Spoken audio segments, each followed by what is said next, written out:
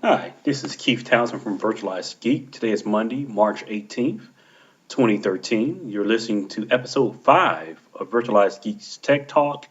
This is the fifth straight week in a row that I've done VirtualizedGeek Tech Talk. Again, the whole dozen of you that watched the podcast, I'm extremely appreciative. It seems like from the kind of a carryover from the podcast or to the podcast from my blog has been the topic of software defined networking. You guys seem to not be able to get enough of software defined networking. Well, whether I'm writing about it or even talking about it, it seems like those are the topics that you are most interested in outside of the lab stuff. So tonight's topic is all about SDN. A few weeks ago, I kind of posted this topic on what I felt was nirvana for network as a service based on SDN technologies. So we'll continue a little bit of that conversation and talk about VMware's uh, NSX project or offering that will soon be released and SDN in general. So kicking off the conversation, let's talk a little bit about my kind of vision for SDN long term. SDN is I think is a very exciting topic for the enterprise if it can be used to deliver network as a service. Network as a service, not in any form that I've seen it so far. So the basic concept is that you can get a gigabit access layer link. Let's say if you're in Kansas City and you get Google Fiber, you get the 1 gigabit connection to the Google backbone. Having that 1 gigabit connection to the Google backbone then allows you to leverage SDN technology between different service providers to have the ability to have point-to-point solutions within kind of a virtual network or a network as a service offering. I've talked to some of my peers about this, and one of the questions I've gotten from them is what's the difference between that and just a regular VPN?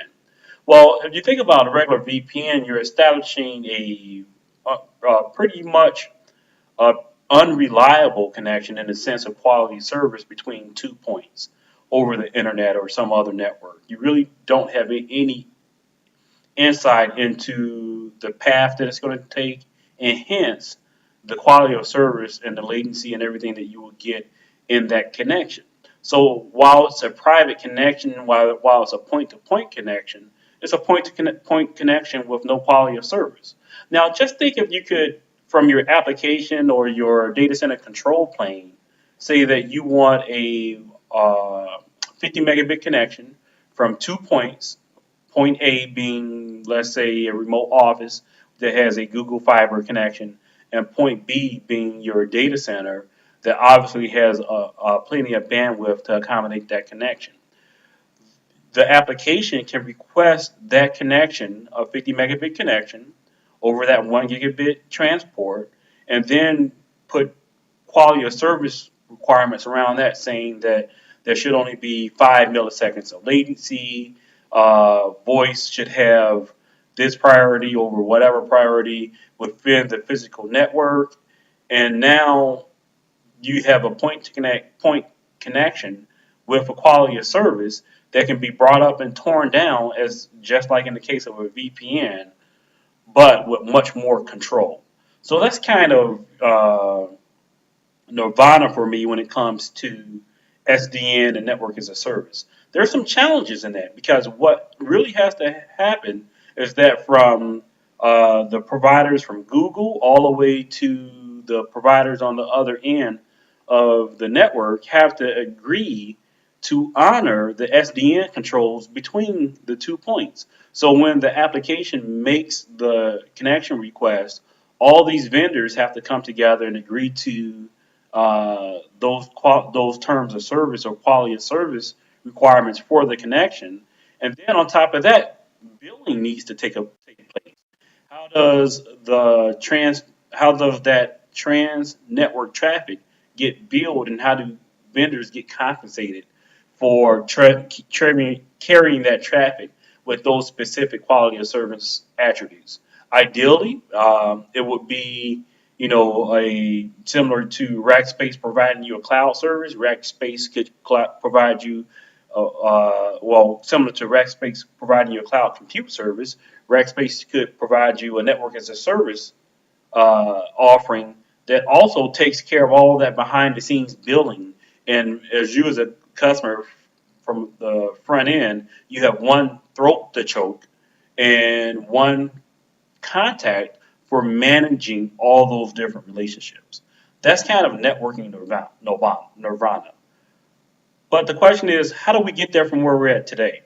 Right now, you have vendors like Cisco. Cisco just recently published an article. I'm sorry, there was Network World just recently published a blog post talking about how Cisco is a little bit reluctant to that software-defined networking model that's been preached, that programmable control plane that gets removed from the hardware and gets put into potentially x86 virtualized data centers if you have VMware have their say to it versus on the traditional 6509 Nexus switch, whatever Cisco's selling at that date.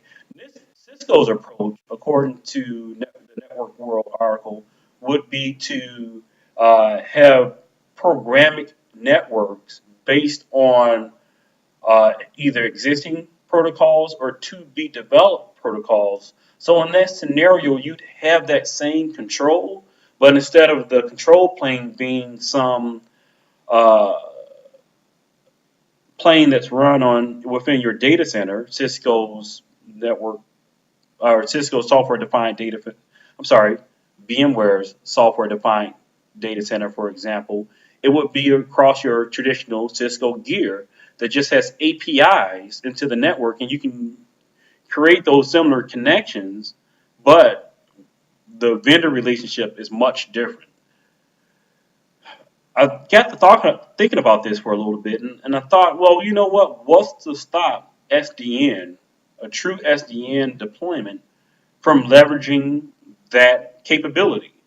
If you think about it, it's still that programming API is still a offering that's controlled by the hardware or provided by the hardware.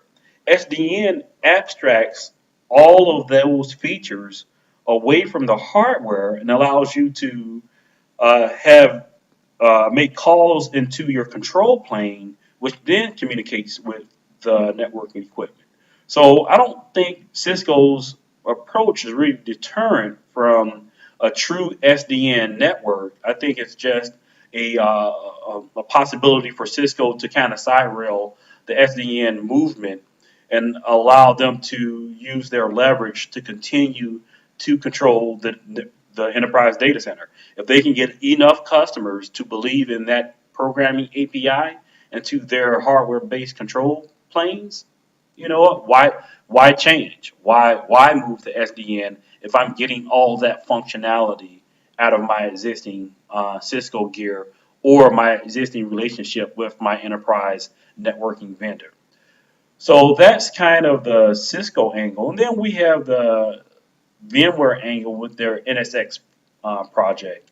Again, more of the same from kind of the Nicera network world that we've heard the past couple of years, which is basically to create a x86 based control plane that allows you to interface with your network via some centralized control plane and then have the physical control plane at the hardware level. VMware announced their NSX platform, which is pretty much the foundation of the model, which has the 5 different layers, which we're more importantly concerned with tonight is that control plane.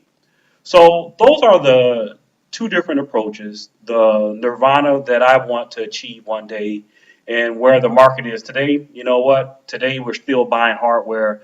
We're still dealing with BGP. We're still dealing with EIGRP. We're still dealing with all these protocols right at the application data at the data center layer.